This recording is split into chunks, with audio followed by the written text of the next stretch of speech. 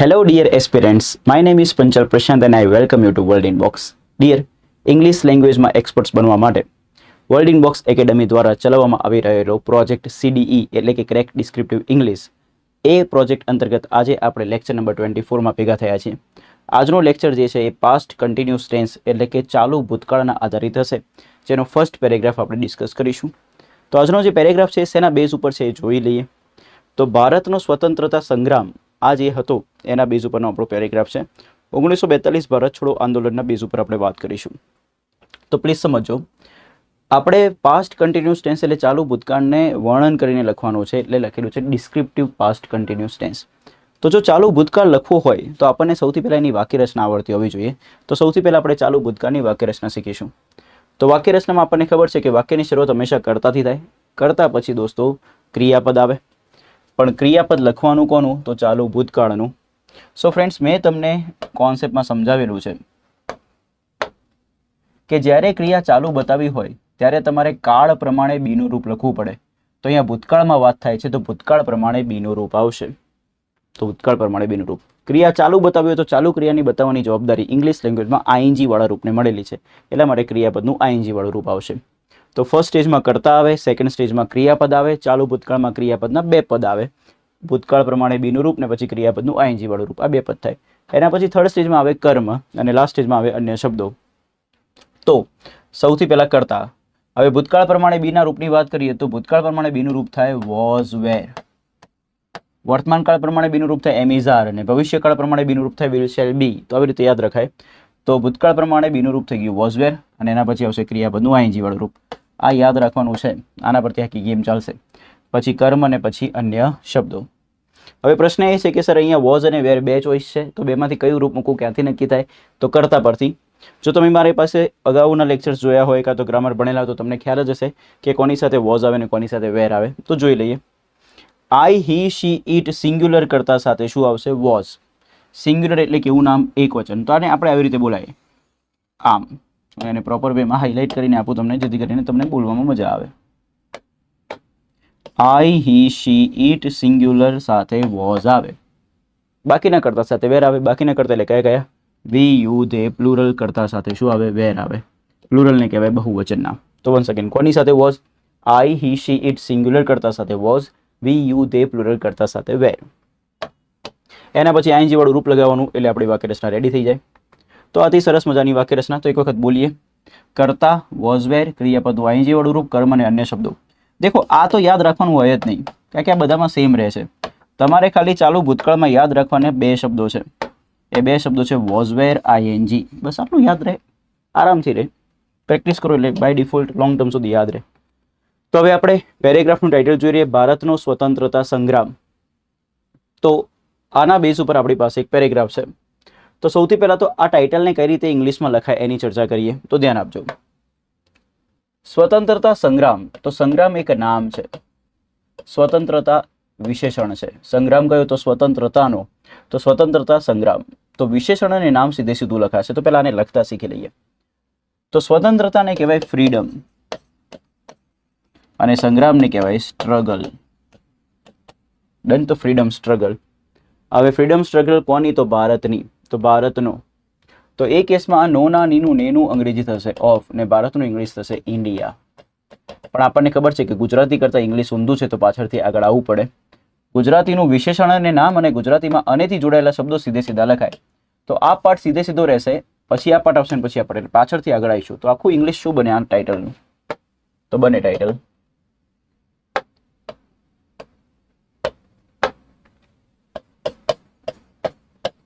Freedom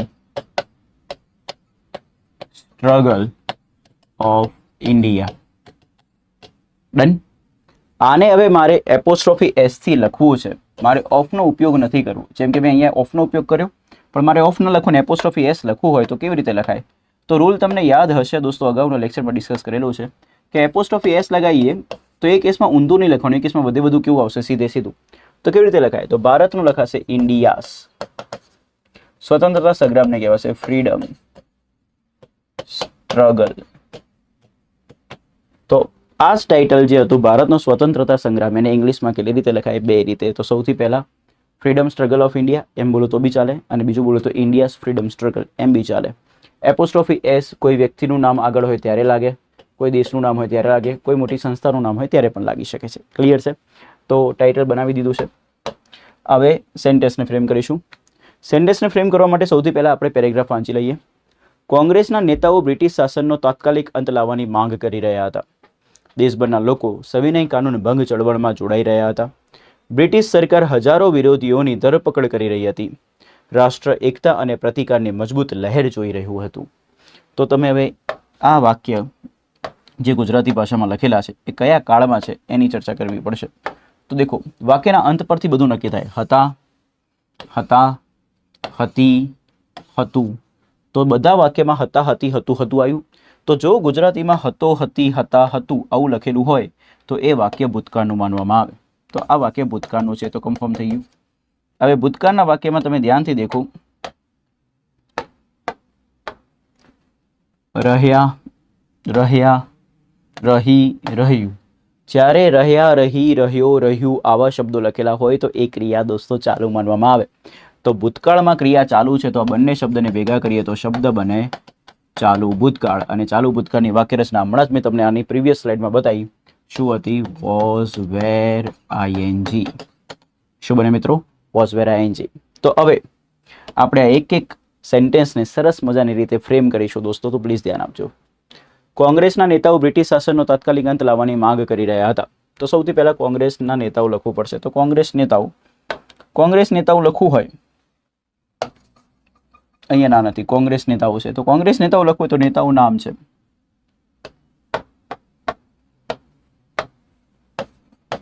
નેતાઓ કેવા? તો કોંગ્રેસના. તો આ વિશેષણ છે તો વિશેષણ અને નામ કેવી રીતે લખાશે? સીધે સીધું કોંગ્રેસ નેતાઓને લખાય કોંગ્રેસ લીડર્સ. શું લખાય? કોંગ્રેસ લીડર્સ. ડન. અને કોઈ લીડર્સની વાત કરીએ તો એમની આગળ કયો આર્ટિકલ લાગે? ધ. તો ધ કોંગ્રેસ લીડર્સ. માંગ કરવી, માંગ કરવાની ક્રિયાને કહેવાય ડિમાન્ડ કરવું. ક્રિયા ચાલુ છે, રહી લખ્યું છે, રહ્યા લખ્યું છે એટલે ક્રિયા ચાલુ છે તો ડિમાન્ડનું આઈએનજી વાળું રૂપ આવશે ડિમાન્ડિંગ. અંતને કહેવાય એન્ડ. તાત્કાલિકને કહેવાય ઇમિડિયેટ. ઇમિડિયેટ. તો પ્લીઝ સમજો, ઇમિડિયેટ. ડન. ઇમિડિયેટનો સ્પેલિંગ તમારે તૈયાર કરવો હોય તો ફ્રેન્ડ્સ પ્લીઝ તૈયાર કરી નાખો. IMMEDIATE. Immediate. One second. IMMEDIATE. તાત્કાલિક એટલે કે ઇમિડિયેટ. બાકીના વોકેબ જોઈ લઈએ. આ જ વાક્યના હજુ બાકીના વોકેબ છે. તાત્કાલિક અંત. તો અંત નામ છે.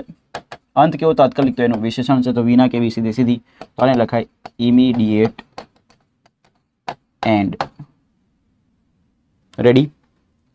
સ્પેશિયલ રૂલ કે જેનો એન્ડ કરવાનો હોય એ એન્ડને દર્શાવવા માટે ટુ પ્રિપોઝિશન લાગે. કયું લાગે? ટુ. તો જેનો એન્ડ લાવવાનો હોય તેને દર્શાવવા માટે તેની પહેલા કયું પ્રિપોઝિશન આવશે? ટુ. આપણે કોનો એન્ડ લાવવાનો હતો? તો બ્રિટિશ શાસનનો. તો એને લગતા પહેલા ટુ લખવું પડશે. બ્રિટિશ શાસન. શાસન નામ છે. શાસન કોનું? તો બ્રિટિશનું. તો આ એનું વિશેષણ છે તો વિના કેવી? સીધી સીધી. બ્રિટિશ શાસનને દોસ્તો કહેવાય બ્રિટિશ રૂલ. શું કહેવાય? British rule. રેડી છે? સો બધા વોકેબ જોઈ લીધા છે. હવે આપણે ફ્રેમથી આ સેન્ટેન્સને ફ્રેમ કરીશું. તો ફર્સ્ટ સેન્ટેન્સ છે ચાલુ ભૂતકાળનું. તો પ્લીઝ ધ્યાનથી સમજજો. સૌથી પહેલા કર્તાની જરૂર પડશે. કર્તા માટે પ્રશ્ન પૂછીશું કોણથી. પૂછો કોણ અંત લાવવાની માંગ કરી રહ્યા હતા? તો કોંગ્રેસના નેતાઓ. તો એટલે કોંગ્રેસ નેતાઓ એમ. તો અહીંયા આવશે ધ કોંગ્રેસ લીડર્સ. ક્રિયા કઈ છે? તો માંગ કરી રહ્યા હતા. તો આ ક્રિયાને ધ્યાનથી સમજો. હતા આયુ ભૂતકાળ, રહ્યા આયુ એટલે ક્રિયા ચાલુ. તો આ વાક્ય બને ચાલુ ભૂતકાળમાં. જેની વાક્ય રચના હોય મિત્રો વોઝ, વેર, આઈએનજી. હવે વોઝ આવે કે વેર આવે કર્તા પરથી નક્કી થાય. કર્તામાં લખેલું છે લીડર્સ. લીડર્સ પ્લુરલ નામ છે, બહુવચન નામ છે. તો બહુવચન નામ સાથે મિત્રો વેર આવશે. તો વેર. માંગ કરવી એટલે ડિમાન્ડ. તો ડિમાન્ડનું આઈએનજી થશે ડિમાન્ડિંગ. તો the Congress leaders were demanding. Clear? હવે કર્મ માટે પ્રશ્ન પૂછવો પડે શું અથવા કોનેથી. તો પૂછો કોંગ્રેસ નેતાઓ કોની માંગ કરી રહ્યા હતા? ડન. કાં તો શું માંગ કરી રહ્યા હતા? તો બ્રિટિશ શાસનનો તાત્કાલિક અંત લાવવાની માંગ કરી રહ્યા હતા. શેની માંગ કરી રહ્યા હતા? બ્રિટિશ શાસનનો તાત્કાલિક અંત લાવવાની માંગ કરી રહ્યા હતા. તો આ બધા કર્મ છે. હવે કર્મનો નિયમ તમને ખબર છે. કર્મના એન્ડમાં નો ના નીનું ને આવે. કર્મના એન્ડમાં કોણ આવે? નો ના ની નું ને, તો એને ઇંગ્લિશમાં લખવામાં આવતું નથી. તો આ લખવું પડશે બ્રિટિશ શાસનનો તાત્કાલિક અંત લાવવાની. તો ફ્રેન્ડ્સ પાછળથી આગળ લાવવું પડશે. તો તાત્કાલિક અંતને કહેવાય દોસ્તો ઇમિડિયેટ એન્ડ.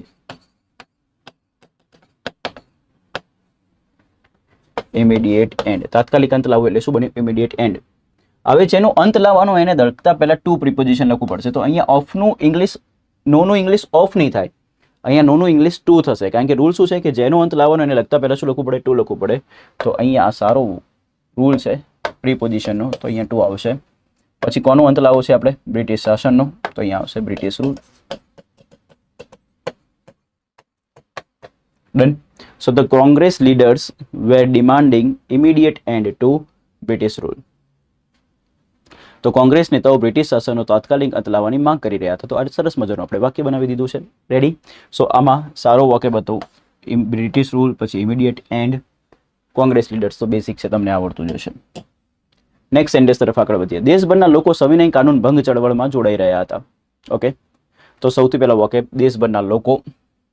જ્યારે સમગ્ર દેશની વાત થતી હોય, એના દરેક અલગ અલગ એરિયાના લોકોની વાત થાય, તો ફ્રેન્ડ્સ એના માટે નો ના નીનું ઓફ ના થાય, એના માટે શબ્દ આવે સારો પ્રિપોઝિશન અક્રોસ. કોઈ બી વસ્તુ સમગ્ર દેશમાં ફેલાતી હોય, સમગ્ર રાજ્યમાં ફેલાતી હોય, સમગ્ર શહેરમાં ફેલાતી હોય, તો એના માટે સારો વોકેબ, સારું પ્રિપોઝિશન છે અક્રોસ. ડન. લોકોને ઇંગ્લિશમાં કહેવાય પીપલ, દેશને કહેવાય નેશન કાં તો કન્ટ્રી, જે તમને અનુકૂળ પડે. તો દેશભરના લોકો ઊંધું લખાશે, પાછળથી આગળ આવવું પડશે, તો શું કહેવાશે? People across the nation. Nation ના લખવું તો કન્ટ્રી બી લખી શકાય. ડન. તો શું બનશે? People across country. The article લગાવવું હોય તો લગાવી શકો છો, કારણ કે આપણે આપણા દેશની વાત કરી છે, નિશ્ચિત વાત છે. જોડાવું, જોડાવાની ક્રિયાને કહેવાય જોઈન થવું, એની આઈએનજી વાળું રૂપ બનશે જોઈનિંગ. સવિનય કાનૂન ભંગ ચળવળ, ખૂબ સારો શબ્દ છે, તમે ઇતિહાસમાં ભણ્યા જશો આના વિશે. આને ઇંગ્લિશમાં શું કહેવાય? તો ચળવળને કહેવાય મૂવમેન્ટ. હવે ચળવળ કેવી? તો સવિનય કાનૂન ભંગવાળી. તો આ આખું વિશેષણ છે અને આ નામ છે. તો વિના કેવી? સીધે સીધી. ભંગ, કોઈ બી વસ્તુનું પાલન કરવાનું કહેવાય ઓબેડિયન્સ કરવું. શું કરવું? ઓબેડિયન્સ કરવું, એટલે કે પાલન કરવું. સ્પેશિયલી આજ્ઞાનું પાલન કરવા માટે શબ્દ બનેલો છે ઓબેડિયન્સ. હવે ભંગ કરવા માટે આવશે આનું વિરોધી, આગળ પ્રિફિક્સ લગાવવું પડે DIS, એટલે શબ્દ બને ડિસઓબેડિયન્સ. તો ડિસઓબેડિયન્સ. અને સવિનય કાનૂન એને કહેવાય સિવિલ. આ ચળવળ ખૂબ જ પ્રચલિત ચળવળ છે હિસ્ટ્રીમાં. કોઈ બી હિસ્ટ્રીની એવી વસ્તુ હોય કે જે ફેમસ હોય, તો એની આગળ હંમેશા કયો આર્ટિકલ લાગે? ધ. દરેક મુવમેન્ટ આગળ કયો આર્ટિકલ લાગે? ધ. તો આખું સવિનય કાનૂન ભંગ ચળવળનું ઇંગ્લિશ શું થાય? The civil disobedience movement. તો પ્લીઝ ધ્યાન આપજો, the civil disobedience movement. Ready છે? ઓકે. ડિસઓબેડિયન્સનો સ્પેલિંગ તમારે તૈયાર કરવું તો પહેલાં ડીસનો તૈયાર કરાય, પછી ઓબે, પછી ડાઈનો કરાય, અને પછી NCE, ડિસઓબેડિયન્સ. થઈ ગયું? કોઈ બી સ્પેલિંગને બ્રેક કરો એટલે થઈ જ જાય. DISOBE DIE NCE, ડિસઓબેડિયન્સ. રેડી છે? ઓકે. તો બધા વોકેબ જોઈ લીધા છે. હવે આપણે આ વાક્યને ફ્રેમ કરીશું. સૌથી પહેલા કર્તાની જરૂર પડશે. કર્તા માટે કોણથી પ્રશ્ન પૂછવો પડશે? પૂછો, કોણ સવિનય કાનૂન ભંગમાં જોડાઈ રહ્યા હતા? તો દેશભરના લોકો. તો પીપલ અક્રોસ કન્ટ્રી. કન્ટ્રી ના લખવું હોય તો નેશન બી લખાય. ધ લગાવવું હોય તો લગાવી શકાય, આપણે અત્યારે રિમૂવ કરેલું છે. તો પીપલ અક્રોસ કન્ટ્રી. ક્રિયા કઈ છે? જોડાઈ રહ્યા હતા. તો સમજો, હતા આવ્યું એટલે ભૂતકાળ છે, રહ્યા આવ્યું એટલે ક્રિયા ચાલુ છે, એટલે વાક્ય થઈ ગયું ચાલુ ભૂતકાળનું, જેની વાક્ય રચના હોય વોઝ, વેર, ING. ડન. તો અહીંયા કર્તા કોણ છે? કન્ટ્રી છે કે પીપલ છે? તો જેના દ્વારા ક્રિયા કરવામાં આવે ને એને કર્તા કહેવાય. તો કર્તા દેશભર, દેટ મીન્સ ક્રિયા જોડાવાની જે છે દેશભર દ્વારા થઈ કે લોકો દ્વારા થઈ? તો ઓબ્વિયસ વાળી વાત છે, લોકો દ્વારા. તો કર્તા કોણ છે? લોકો એટલે પીપલ. તો પીપલ પ્લુરલ નામ છે, એટલા માટે એની જોડે આવશે શું? વેર. હવે જોડાવાની ક્રિયાને કહેવાય જોઈન. જોઈનનું ING થશે જોઈનિંગ. હવે મોસ્ટ ઇમ્પોર્ટન્ટ રૂલ સમજાવું છું. માન લો કે વિરાટ કોહલીએ RCBની ટીમને જોઈન કરી. તો વિરાટ કોહલી જોઈન કરી છે, આપણે એવું રાખીએ તો હેઝ જોઈન ટુ RCB ટીમ. ના, આવું ના લખાય. જોઈન એક એવો શબ્દ છે કે તમે જેની સાથે જોડાતો હોય ને એના માટે કોઈ એને લગતા પહેલા કોઈ પ્રિપોઝિશન લખવાની જરૂર નથી. એટલે અહીંયા ટુ કે ઇન આવું કોઈ શબ્દ આવશે નહીં. સીધું જેને જોડાતા હોય, જેની સાથે જોડાતા હોય એનું નામ આવે. તો Virat Kohli has join RCB team, એવી રીતે આવે. ડન. માન લો કે તમે સરકારી ડિપાર્ટમેન્ટને કોઈ જોઈન કર્યું, તો you have join the government department. Done. Join to, join in government એવું ના આવે. તો જોઈન શબ્દ સાથે કોઈ પ્રિપોઝિશન લાગતું નથી. આ રૂલને ખાસ યાદ રાખજો, અગાઉના લેક્ચર્સમાં બી ડિસ્કસ કરેલો છે. તો હવે કર્મ શોધવાનો છે. પૂછો દેશભરના લોકો શું જોડાઈ રહ્યા હતા? ખબર નહીં. શોનો જવાબ નથી મળતો. પૂછો દેશભરના લોકો કોને જોડાઈ રહ્યા હતા? એનો બી જવાબ નથી મળતો. તો હવે આ વધેલા શબ્દો જે છે એને કહેવાય અન્ય શબ્દો. તો અન્ય શબ્દોમાં દોસ્તો અહીંયા માં છે, તો માનું ઇંગ્લિશ અહીંયા ઇન નહીં કરીએ. કેમ? કારણ કે અહીંયા જોઈનિંગ લખેલું છે. જોઈન શબ્દ પછી કોઈ પ્રિપોઝિશન આવતું નથી. તમે જેની સાથે જોડાતો એનું સીધું નામ આવે. તો શેમાં જોડાતા હતા? તો સવિનય કાનૂન ભંગ ચળવળ. બસ આટલું જ આવશે. આનું ઇંગ્લિશ લખવાની જરૂર નથી. તો સવિનય કાનૂન ભંગને લખવું હોય, સવિનય કાનૂન ભંગ ચળવળ, તો એનું ઇંગ્લિશ આપણે શીખ્યા, ધ સિવિલ ડિસઓબેડિયન્સ મૂવમેન્ટ. તો આખું વાક્ય બની ગયું, people across country were joining the civil disobedience movement. Clear છે મિત્રો? ખૂબ સારા વોકેબ છે આમાં. એક તો આ અક્રોસ ખબર પડી, પછી સિવિલ ડિસઓબિડિયન્સ મૂવમેન્ટ ખબર પડી, જોઈન શબ્દ પછી કોઈ પ્રિપોઝિશન ના આવે, ડાયરેક્ટલી જેની સાથે જોઈન થતા હોય એનું નામ આવે, એ પણ ખબર પડી. તો ખૂબ સારું વાક્ય છે, વેરી હેલ્પફુલ. તમને પ્રોજેક્ટ ક્રેક ડિસ્ક્રિપ્ટિવ ઇંગ્લિશથી જો બેનિફિટ થતો હોય તો પ્લીઝ તમે કમેન્ટ કરીને જણાવજો કે તમારામાં શું શું ઇમ્પ્રુવમેન્ટ આવ્યું છે. બ્રિટિશ સરકાર હજારો વિરોધીઓની ધરપકડ કરી રહી હતી. ઓકે, તો સૌથી પહેલાં કરતા જોઈ લઈએ. બ્રિટિશ સરકાર તો સરકાર નામ છે. સરકાર કેવી? તો બ્રિટિશ, તો એનું વિશેષણ છે વિના સીધે સીધું. બ્રિટિશ સરકારને લખાય બ્રિટિશ ગવર્મેન્ટ. ગવર્મેન્ટ એક હોય તો એની આગળ ધ આર્ટિકલ લાગે, તો શું લખાશે? The British government. ધરપકડ કરવાની ક્રિયાને કહેવાય અરેસ્ટ કરવું. ક્રિયા ચાલુ છે, ક્યાંથી ખબર પડી? રહી લખેલું છે એટલે, તો અરેસ્ટનું આઈએનજી વાળું રૂપ બનાવવું પડે, અરેસ્ટિંગ. હજારો વિરોધીઓ. જે તે સમયે એક લેક્ચરમાં આપણે હજારો લોકો લખતા શીખ્યા હતા. ઠીક છે? તો આને લખતા આવડે ને તો આવડે. હજારો લોકો લખવું હોય તો એને લખાય thousands of people. દેખજો, 1000 લોકો હોય તો 1000 people, બટ હજારો લોકો તો thousands of people. એવી રીતે હજારો વિરોધીઓને લખવું હોય તો શબ્દ બને thousands of. હવે વિરોધીઓનો શું બને ઇંગ્લિશ? તો વિરોધ કરવાની ક્રિયા જે છે, વિરોધ કરવો, એ ક્રિયાને કહેવાય પ્રોટેસ્ટ કરવું. ડન. હવે એના પછી શબ્દ બને વિરોધી. વિરોધીઓનો શબ્દ બનશે પ્રોટેસ્ટર્સ. શું બનશે? પ્રોટેસ્ટર્સ. જે વિરોધ કરતો એને શું કહેવાય? પ્રોટેસ્ટર. એના પરથી શબ્દ બને પ્રોટેસ્ટર્સ. તો થાઉઝન્ડ્સ ઓફ વિરોધીઓ તો શું બનશે? Thousands of protesters. હજારો વિરોધીઓનું. તો જોઈ લઈએ, થાઉઝન્ડ્સ ઓફ પ્રોટેસ્ટર્સ. ક્લિયર છે? ઓકે. સો હવે મેં તમને વોકેબ શીખવાડ્યા છે. બિંગ ગુડ સ્ટુડન્ટ તમારું કામ શું છે? વિડીયો પોઝ કરો, સેન્ટેન્સ ફ્રેમ કરો અને કમેન્ટમાં જણાવો કે તમારું વાક્ય શું બન્યું. સો આઈ હોપ તમે સેન્ટેન્સ ફ્રેમ કરી દીધો છે. હવે સૌથી પહેલાં આપણે કરતા લખીશું. કરતા માટે કોણથી પ્રશ્ન પૂછો. કોણ હજારો વિરોધીઓની ધરપકડ કરી રહી હતી? તો બ્રિટિશ સરકાર. તો કરતા મળી ગયો, ધ બ્રિટિશ ગવર્મેન્ટ. હવે બીજા સ્ટેજમાં આવે ક્રિયા. કઈ ક્રિયા કરી રહી હતી? તો ધરપકડ કરી રહી હતી. તો રહી એટલે ક્રિયા ચાલુ હતી, એટલે ભૂતકાળ, ચાલુ ભૂતકાળ. જેની વાક્ય રચના હોય was, were, I N G. Government singular નામ છે એટલા માટે આવશે વોઝ. ધરપકડ કરવાની ક્રિયાને કહેવાય અરેસ્ટ. તો અરેસ્ટનું આઈએનજી થશે અરેસ્ટિંગ. હવે કર્મ માટે પ્રશ્ન પૂછો, શું અથવા કોનેથી? પૂછો બ્રિટિશ સરકાર કોની ધરપકડ કરી રહી હતી? તો 1000 વિરોધીઓની. તો આપણું કર્મ છે. અને કર્મના એન્ડમાં નો નાની નું આવે તો લખવામાં આવતું નથી. તો હજારો વિરોધીઓને લખાશે thousands of protesters. તો શું બને? The British government was arresting thousands of protesters. Ready છે? નેક્સ્ટ સેન્ટેન્સ તરફ મૂવ ઓન થઈશું.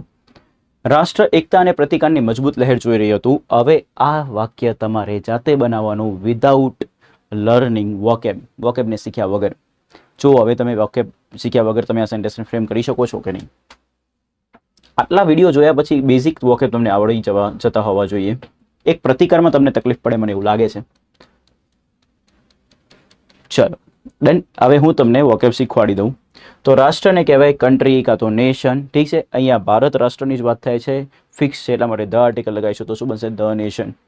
જોવું, જોવાની ક્રિયા માટે અલગ અલગ શબ્દ છે. સી છે, લુક છે, વોચ છે, આ બધા અલગ અલગ શબ્દો છે. આ શબ્દોમાં શું ફરક છે તો એને એક સ્પેશિયલ વિડીયો હું બનાવી દઈશ, તમે એની ચિંતા ના કરતા.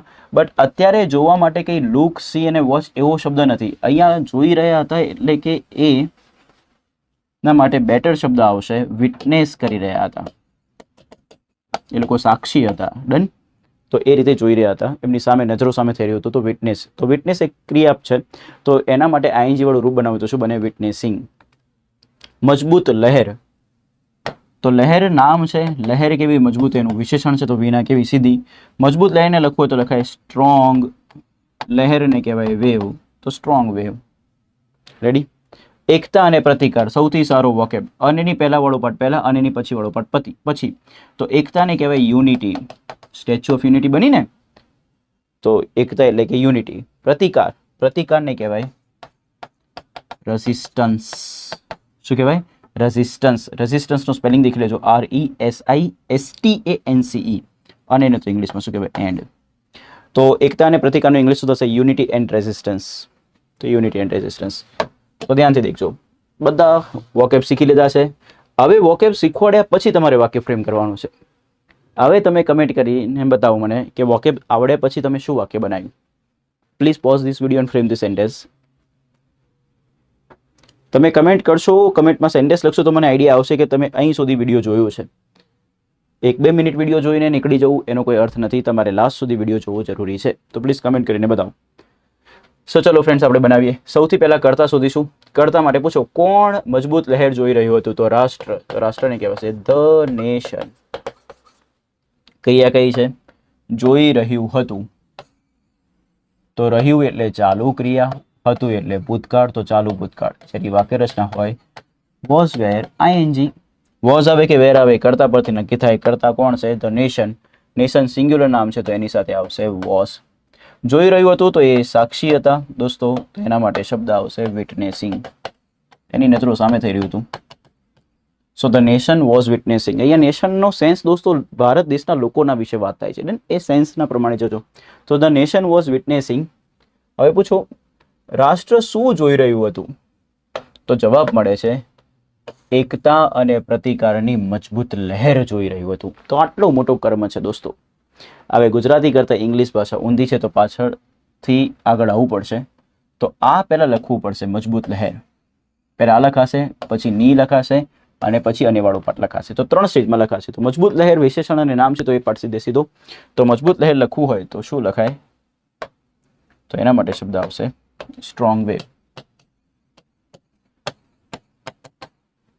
નો ના નેનું નેનું અંગ્રેજી. જ્યારે નામ અને બીજી બાજુ બી નામ અને વચ્ચે નો ના નેનું નહીં આવે તો એના માટે આવે ઓફ.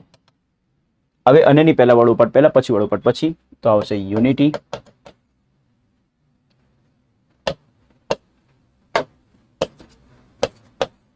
And resistance. તો આખું વાક્ય શું બન્યું? The nation was વિટનેસિંગ strong wave of unity and resistance. Clear છે? ઓકે મિત્રો.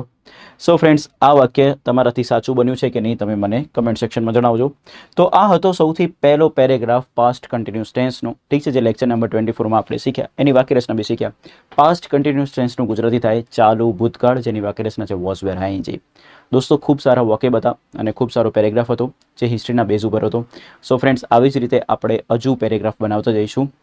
એક પ્રોજેક્ટ સીડી જે છે ને it's a long term process, જેનાથી તમને કમ્પ્લીટ ડેફિનેટલી ફાયદો થાય, પૂરેપૂરો ફાયદો થાય. આપણે અધૂરું કામ કરવું નથી, સંપૂર્ણ કામ કરવું છે. પહેલાં આપણે ટેન્સના બધા પેરેગ્રાફ શીખીશું, 12 ટેન્સના. એના પછી એક્ટિવ વોઇસ ને પેસિવ વોઇસમાં પેરેગ્રાફ શીખીશું. પછી 12 ટેન્સના મિક્સ સેન્ટેન્સ લાવીને એક્ટિવ અને પેસિવને બી મિક્સ કરીને સેન્ટેન્સ બનાવતો શીખીશું. ઠીક છે. એના પછી તુલનાવાળા વાક્યો શીખીશું. એના પછી શરતી વાક્યો શીખીશું. અને એના પછી દોસ્તો મોડેલવાળા વાક્યો શીખીશું.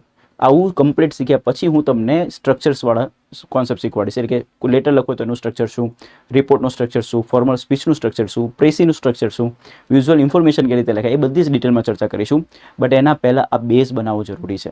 તો પ્લીઝ તમને અમારી એફર્ટ્સ ગમતી હોય તો તમે મેક્સિમમ આ વિડીયોને શેર કરજો, લાઇક કરજો અને કમેન્ટ કરીને જણાવજો કે આ વિડીયો તમને કેવો લાગ્યો. મળીએ દોસ્તો નેક્સ્ટ લેક્ચરમાં. Till then bye bye, take care.